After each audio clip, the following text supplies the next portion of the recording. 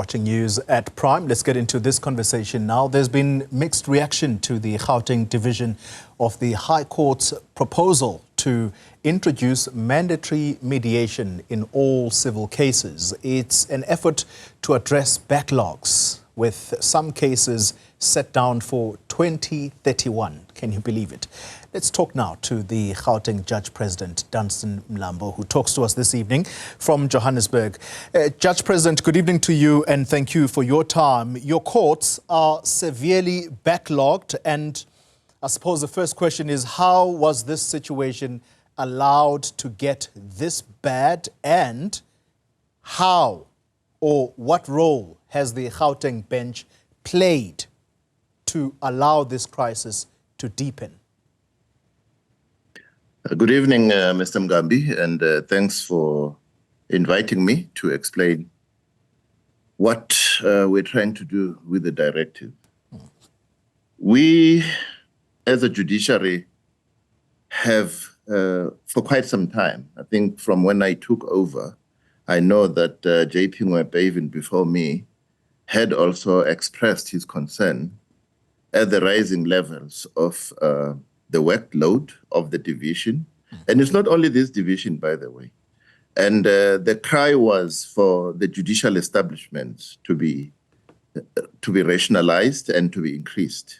That is, we're looking for more judge posts. So we did our best in ensuring that we request and mention to the powers that be that they look at our judicial establishment. But more than that, during the Chief Justice tenure of Chief Justice Mogoeng, he ensured that we embark on concerted judicial case management initiatives that was meant to assist litigants come to a position where their matters reach triable stage.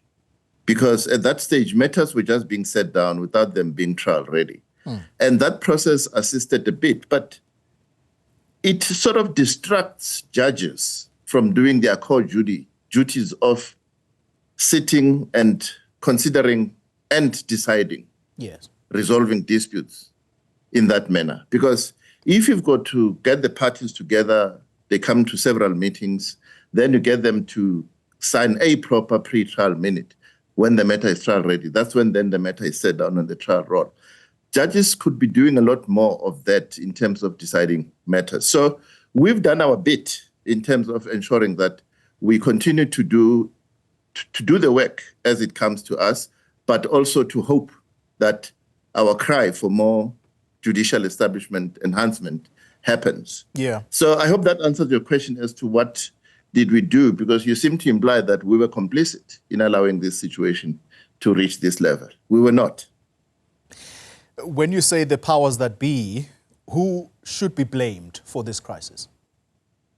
It's not a blame game. The executive is the branch of government that is responsible for looking at judicial establishments and increasing them. But what I'm saying here should not be regarded as me blaming them. We've had these discussions, and for his part, Minister Lamula, he established the Museneke Committee to look at the possible rationalization of our judicial establishments. And that committee did its work. And as I said yesterday, it has delivered its report. We have yet to see what the contents are and the recommendations are, and we'll take the process further. So it's not that I'm blaming anyone. I'm just saying we made the call, and the call has been answered. So it's a progress report of sorts. Okay. You've said that the road accident fund claims make up the bulk of this backlog.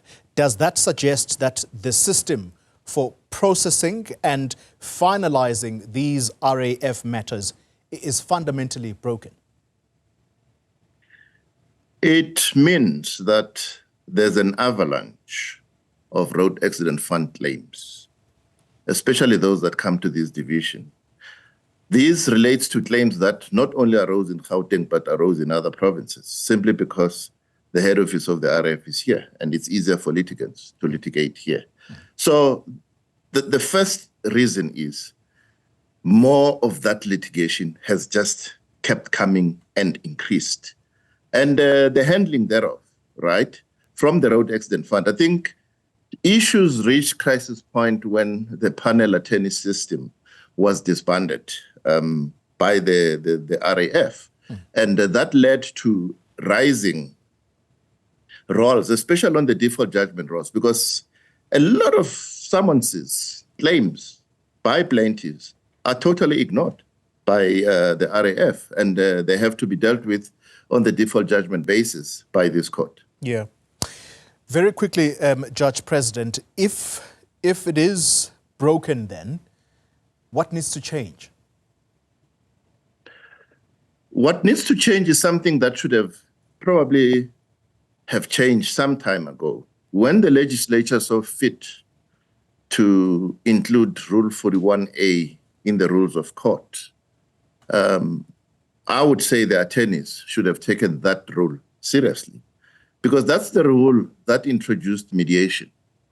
And it's compulsory for any party that initiates action in the High Court that accompanying their summons or application, notice of application, they've got to be a notice to the other side to say, are they prepared to go to mediation or are they opposed to it? And importantly, that rule says, if any party is opposed to mediation, it must set out full reasons why it is opposed to do so. Yeah. But as I said, the attorneys have not taken this rule seriously, because all these matters, I mean, I can assure you that the matters whose dates we're taking away from 2026 onwards, they simply file that notice without factoring what it intends to do. So those matters simply come here without parties having even tried to mediate their disputes. Let's talk then about this compulsory pre-mediation or pre-trial mediation. In simple language, Judge President, I'd like for everyone listening to this to understand exactly what it is. What does it mean for anyone bringing a civil suit against another person, basically someone suing the other? It simply means, and this is only for trial matters, not for motion matters. It simply means that when you ask for a trial date, when you come to us and say, I've issued summons and my matter is now ready to be adjudicated by the court, I request a trial date, we say that party must provide a mediator's report that tells us that the underlying dispute between that party and the other party have been subjected to mediation and that mediation has failed. And the protocol sets out exactly what the mediator's report has to say, because we want to avoid sham mediations. If we don't get such a report, we will not provide a trial date to that matter. So we will not hear that matter. Okay.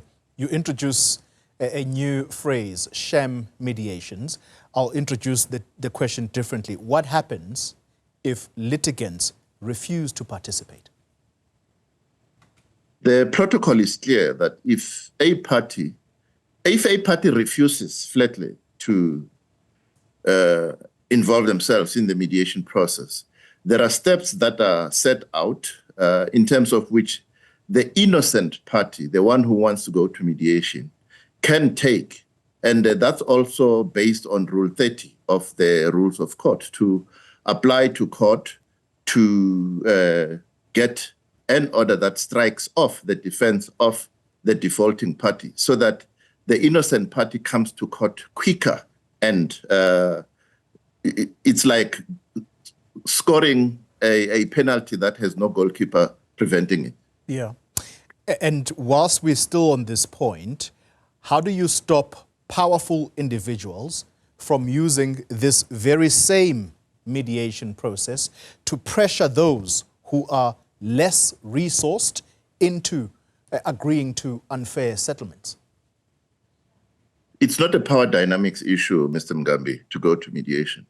It's a voluntary process. The parties will have to agree on which mediator they agree to go to.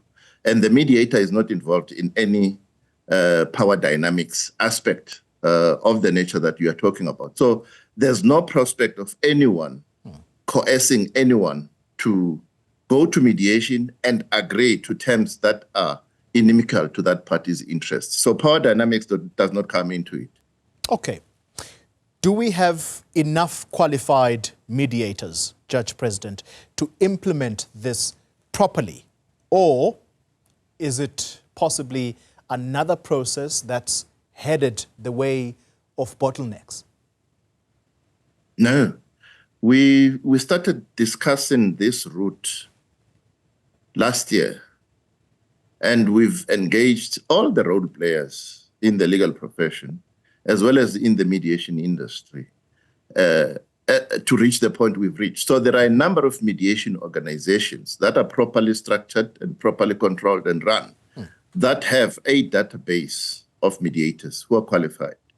And it's not one or two, it's a number of them. Yeah. And the protocol is clear that there will be a database that all litigants will have access to when they reach a point of agreeing which mediator they want to use to mediate their dispute. And in the case of a deadlock between them, the protocol has a deadlock breaking mechanism as to how a mediator will be, a neutral mediator, not chosen by both, will be interposed into that matter to mediate the issue.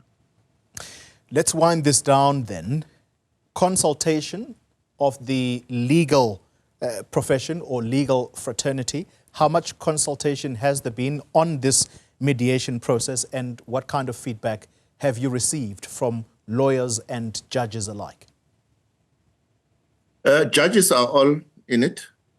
The leading law fraternity bodies in Gauteng were part of these discussions from inception.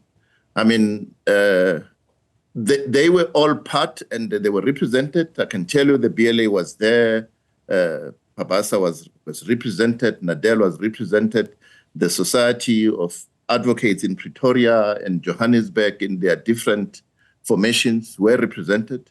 And they were part of the discussions that we held progressively. The Road Accident Fund was part of these discussions.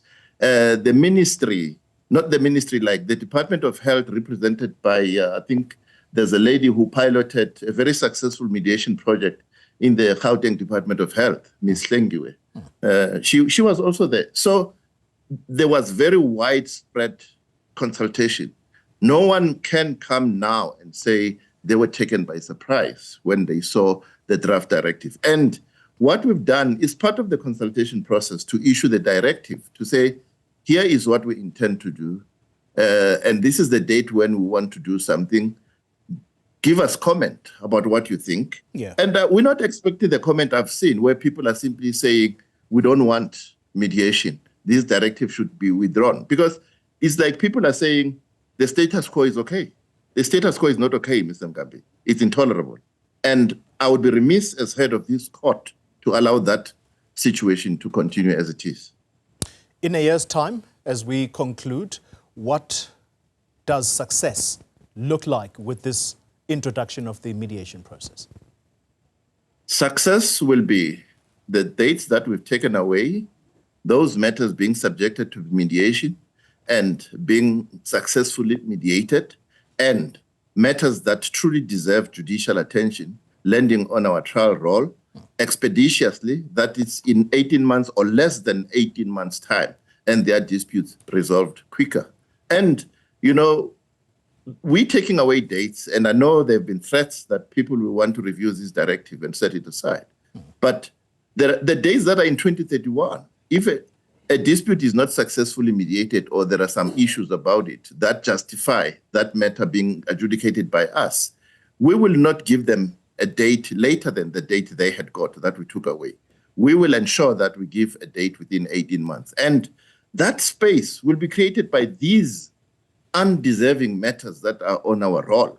I mean, I've always mentioned that parties wait for years without talking to each other. And only when they are at the court door or when the DJP does the roll call, do they say JP or DJP, stand the matter down, we're talking, they talk and they successfully resolve. Yeah. And that's more than 85% of those matters. That tells me those are the matters that don't have to clog our role. And that's what strengthens my hand as head of this court to say they must be forced to mediate those disputes a lot earlier to bring relief to their clients, the litigants. How can litigants wait 7 years, having waited 3 or so years for pleadings to reach this stage, for them to get relief? It would be irresponsible, Mr. Mgambi. Judge President, I don't know if you will allow me this final question, and it is not related now to the mediation process. Sometimes the South African legal system is blamed even by the agencies like the National Prosecuting Authority. I'm going to give you 2 examples. The first one is to do with the pastor, the self-proclaimed prophet, Shepherd Bushiri, who escaped the country and went to Malawi, his home country.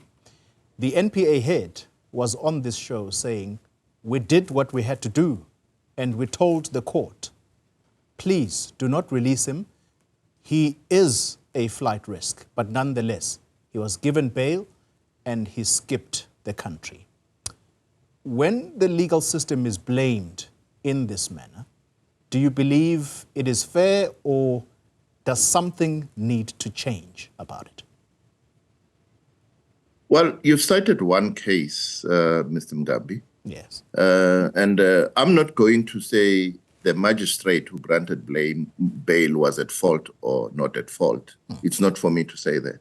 The NPA, they have taken the necessary steps to ensure that extradition processes are initiated in Malawi, and the first round has gone to them. Yeah. But there have been instances where we as a judiciary score own goals.